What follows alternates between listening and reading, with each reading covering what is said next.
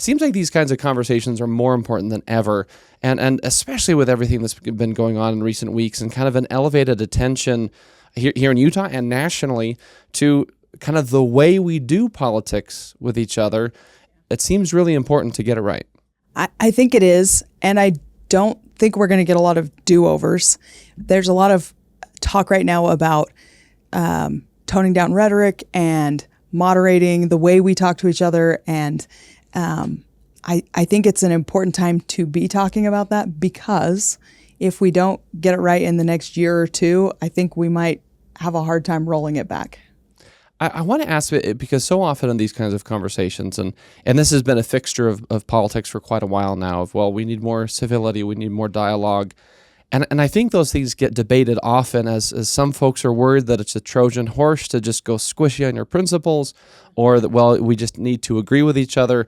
When you think of this topic of civil discourse, of more healthy, constructive debate, how do you define it? How do you approach it?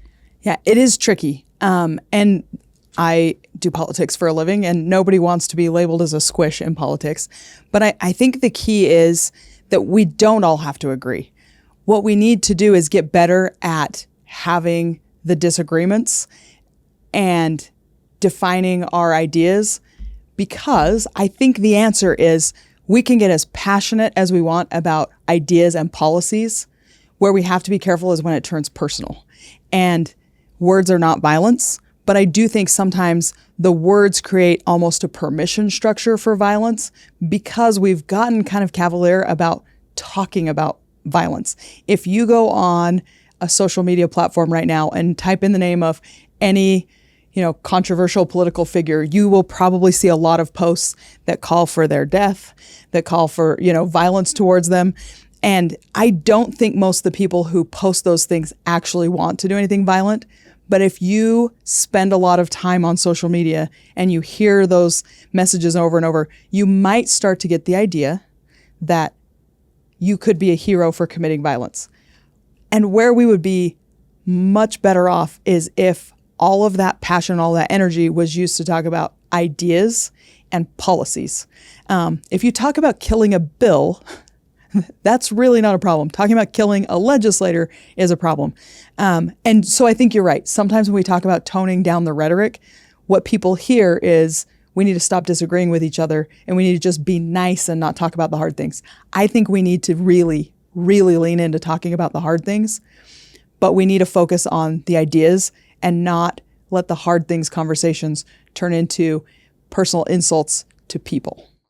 I want to ask you, in terms of application, because the idea that comes to my mind when you say that, and I agree completely, is that what I would suggest, and I'd love to hear your reaction to this, and if you see this in Congress at all, in some of your interactions with your colleagues back in Washington, the idea is this, is that if we're discussing an issue with somebody and there's a lot of disagreement there, our instinct is to sort of attack the person, say, well, you are wrong on this, or you are a bad person because you have this particular view. And I want to suggest that if we can just, this might sound like just sort of a rhetorical flourish, but I think it's actually substantive. Separate the person from the argument. Instead of saying, well, Congresswoman Maloy, I think you are wrong and you're bad for this or that reason, say, well, I think your argument is wrong. So sort of say, I'm going to attack the argument. I'm going to show respect to the person, but go after arguments aggressively if the argument is bad, and of course make your case. Does that resonate with you as a practitioner of this, and have you seen it in action? Yeah, absolutely. I was a lawyer before I was a politician, and that's what lawyers are trained to do. It's an adversarial system. But in court, both sides argue to the judge or to the jury. They don't argue with each other. And so you learn that skill, and I wasn't a courtroom lawyer much, but you learn the skill of making an impassioned argument, but it's not necessarily about opposing counsel. It's about the facts and the law. And we need more of that in politics.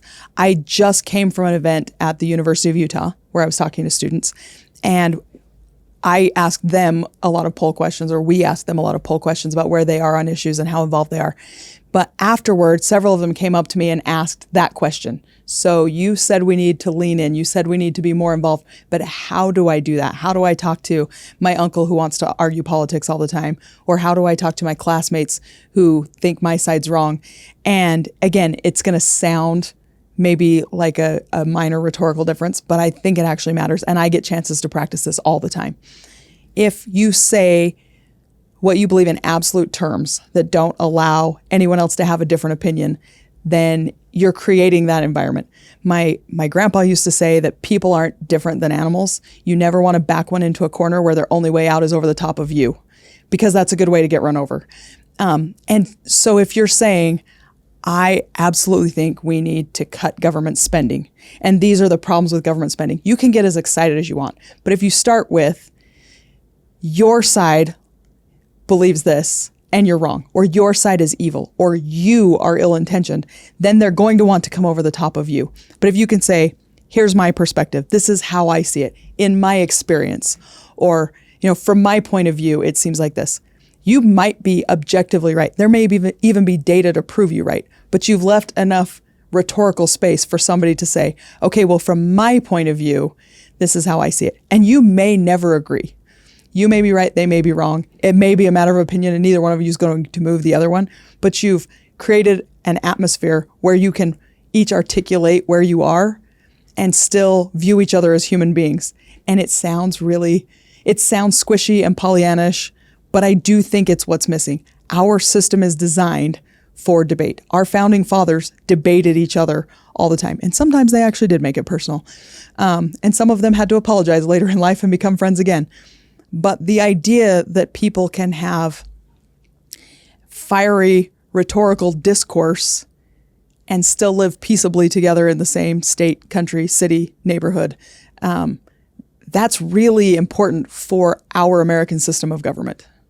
And it seems like that's something that we're lacking, that hopefully we can revive. And I want to ask you, we need to go to a break in a couple of minutes, but before we do, this, again, in the context of the various national discussions and efforts about turning down the political temperature in this country, it usually is framed in terms of, well, if you do this, you'll find common ground together. Yeah. And I think largely that's probably true, but I keep asking the question of, what if I can't find common ground? And I want to ask you if maybe you've had experiences, if you're discussing with somebody and at the end of it, we just don't agree on anything. How do you deal with that in such a way that preserves what you just said? So I don't know that I'm doing everything right, but what I do is just say that. There are a lot of times I have conversations with colleagues, even sometimes with family members, where I say, we're probably never going to agree on this. I lay out where I am, I let them lay out where they are and say, we may never agree. And it's okay to not get to common ground. It's great when we can get to common ground, but there are some things, there's a reason there's more than one political party. If by sitting down and talking, we would all agree on everything, we'd only need one political party. And we could just have, we could be in session one day a year and all sit down and talk it out and come up with the right answer and pass everything.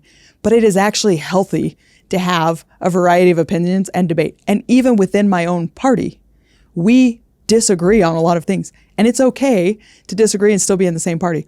If a party's going to grow, we've got to allow people in who don't agree on everything. Thanks for watching that clip of Defending Ideas. For the full conversation, click the link in the description and make sure to like and subscribe wherever you get your shows.